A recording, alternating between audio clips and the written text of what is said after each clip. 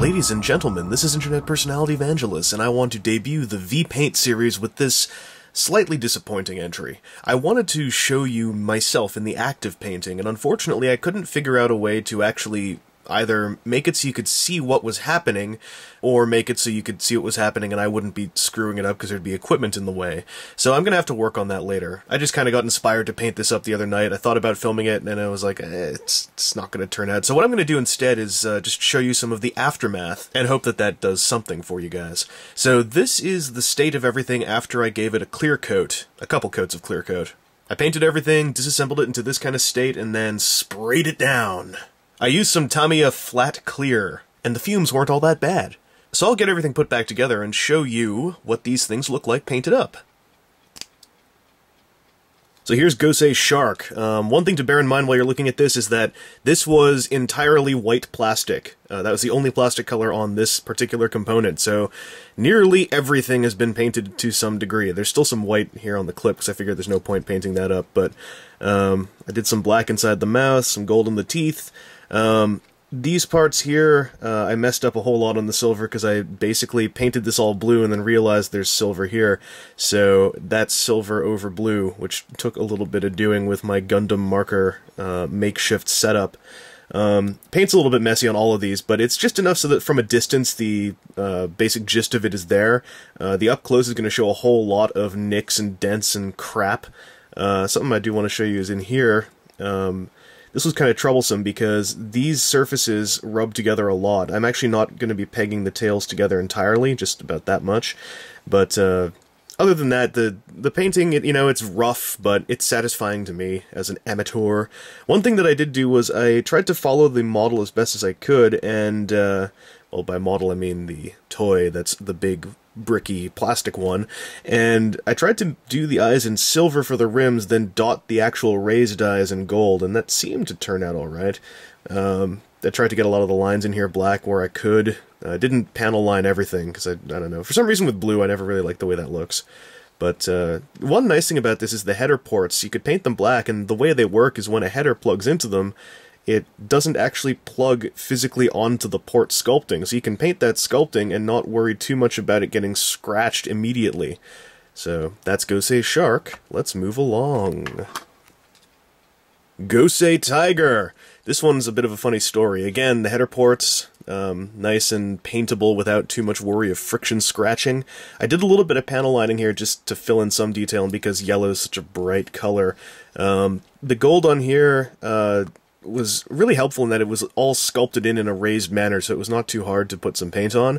The plastic colors on this, solid yellow except for these two black pieces, but down here, after I clear-coated everything, I then realized there was sculpting here to match with the black pieces that are supposed to be treads here, except this is part of the yellow plastic, so I then painted this over and gave it another little quick clear coating. Otherwise, the details, I just, again, followed the DX toy, very simple stuff.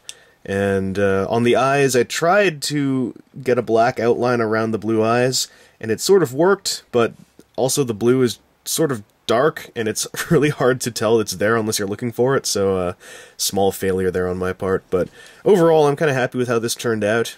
I did almost forget to do in these little, like, faux legs in silver. Sorry, the faux claws in silver and the legs in black.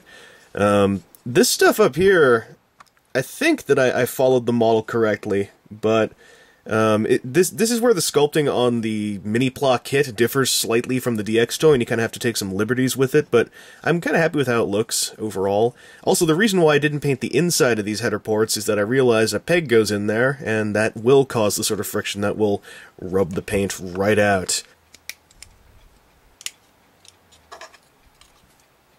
Now this one was pretty easy because he's cast almost entirely in black plastic, and guess what color the snake is? It's black. These white parts were white plastic, and what I did was the white plastic actually extends down below here, and you can see this horrible rough line where I painted a black strip in and then painted the windows in green like I did on the more easily sculpted ones here. Easily sculpted? I mean, more easily paintable. These ones were sculpted in, but not quite as raised as the ones over on the black plastic. So what I tried to get this stuff to line up a little bit uniformly. Of course, I couldn't pull it off perfectly, but again, at a distance, I'm pretty happy with how it looks. Up here, again, you get this detail, and this bit I think this is a case of just the sculpting out of the mold not being all flush, and I'm trying to just ignore it. The header was, again, on a peg that is very friendly to this stuff, especially since it's in black plastic and I didn't have to paint this. The header itself was one of the simpler ones to do up. The eyes, all the sculpting was in the eyes. I just had to give the red parts a base coat of white and then head in there and detail it up, use a little knife and a pen to fix up the iris.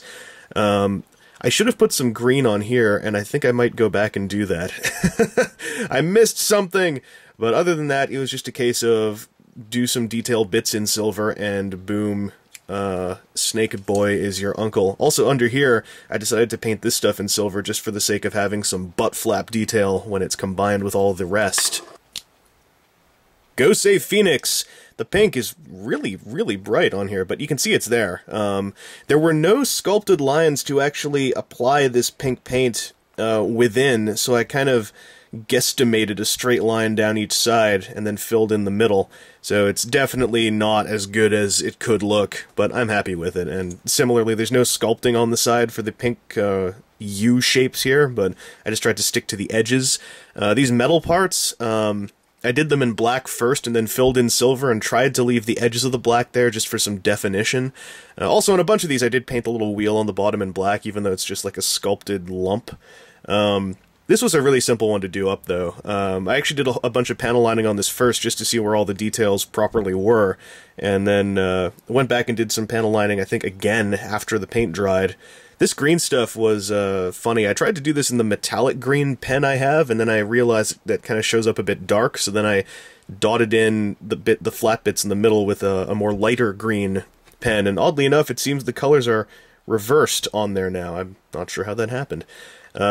On here, the header is one where I don't think I'm going to open the mouth very much because it's really tight to move and you have to grab it by paint.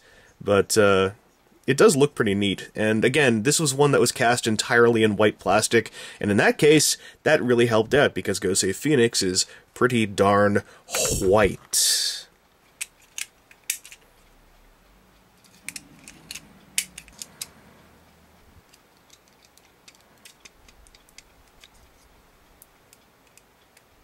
Gosei Dragon is where I started painting, and I am actually the happiest with him. The header had tons of detail sculpted in, and by the way, just so you know, this thing was entirely red plastic except for some spots of yellow.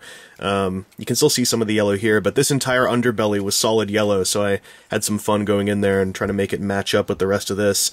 The head, as I said, lots of stuff in there was sculpted in. This top horn was yellow, the rest was all red. The mouth, again, kind of moves, but it's so tight now I don't really want to move it too much.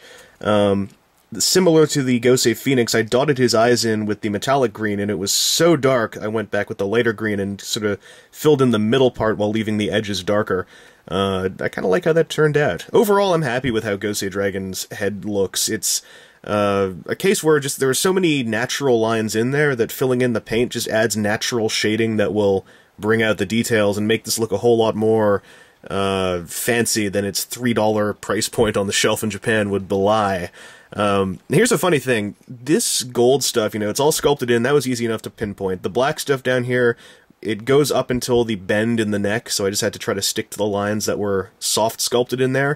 But over here, these gold lines had no sculpting whatsoever, and they were, you know, in the show model and on the DX toy. I didn't want to leave them out, so I went in with a knife and kind of just scraped a pathway. You can see a mis-scrape up here. On this side, there were some sculpted lines on the top, sort of. Like, I'm not sure if they were even intentional, if they were just mold flash, but I followed those. I tried to put a bit of a black outline around the gold just to make it pop out a bit more. And overall, it's a very messy effect. It doesn't line up entirely with the detail since there's nothing sculpted in there, and I didn't want to try drawing in a facsimile of all this, but from a distance, again, I like how it looks. It just keeps that gold line going, and that was my main intent. Over here, you can kind of see, I'm not sure if this camera will pick it up, but this part here was red plastic. This part was yellow plastic, as well as the underbelly, and so red paint went over that really easily, but it's also a slightly different hue than the rest of the body. Not enough to really look awful, but it's noticeable to the human eye. Similarly, the feet were solid yellow plastic. That was really easy, just, you know, soak them up with black and then dot the toes in gold. Back here, again, this was all sculpted in, so I just had to follow the lines that were there. And on the other side, I was thinking about whether I should try painting in this part which was left unsculpted. I'm guessing just for budget reasons or for easier molding. And I decided not to. I just try to show him from this side more often. You have a header port there. It looks more like the gimmick. But on this side, there was some sculpting in here, so I did panel line that just to give it a little something if you're looking at it from the less sexy end. And on the wings, you can see back here in these wings, I actually did try painting the inside of the header ports. I'm sure a lot of that paint is going to come out, so I kind of gave up halfway through, because I realized the nature of the gimmick would mess with that. I decided to panel line a lot of the recessions in the wings, just to give them a little bit more dynamicness, so that they weren't just a large block of red. I mean, there were the header ports blocking it in, and of course there were the gold stripes on the ridges, but otherwise this would just be a huge red mass. So I decided I'd do the panel lines to try to give it a little bit more definition and make it a bit more interesting to the eye. In here, this green gem, I did it in the metallic green I have. I tried to do the lighter green on the top, and it's really just not showing up. There's even panel lining around it on the recessed edges. Just does not show up. It's unfortunate. And the head, I have stories about this head. You may have noticed that the forehead and the waist of Gosei's snake here are both just a gold blank smear.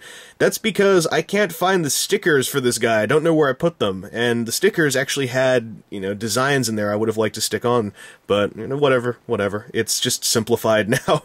The sculpting for the face was all there. I just had to paint it in black and then dot out the eyes and the face in silver and blue. The gold stuff around the cheeks I did afterwards. Again, a lot of this stuff was just a case of working with the sculpting that was in place. A lot of natural boundaries were already waiting for me.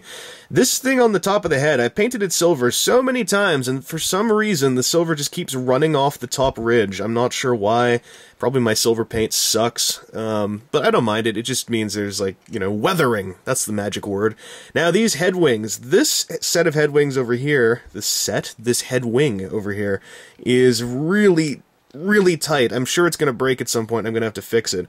Because this one over here did break. And I super glued the top part together. A U-shaped piece just broke off there. Or more of a C shape, I guess.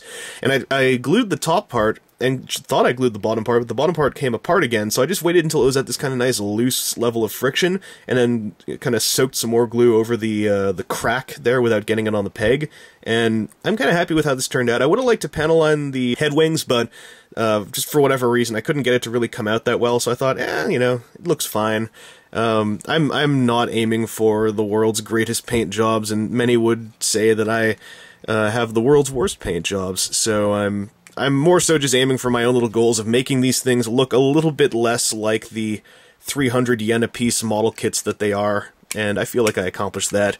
So maybe I should plug this dude together and just see how he looks as Gosei Greato. I think he looks kind of cool. I don't know about you. I'm kind of curious, do most people who have this swivel these little intake things around on here?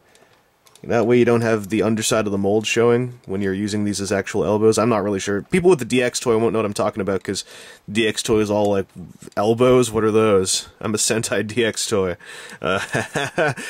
Said with love. Hopefully this has somehow helped those of you who want to paint this thing yourself. At least I hope it's given you ideas on what you could do, or giving you an idea of what it can look like when paint has been applied. That's really my goal with V-Build and V-Paint, is to offer some semblance of a vicarious experience, or just get people to start thinking about doing it themselves, because it's really satisfying.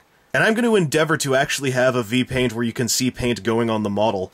My big problem right now is the way I like painting these is to sit down at my computer desk with a bunch of Gundam markers and maybe some paint brushes out on the clean part where I do my reviews. Clean.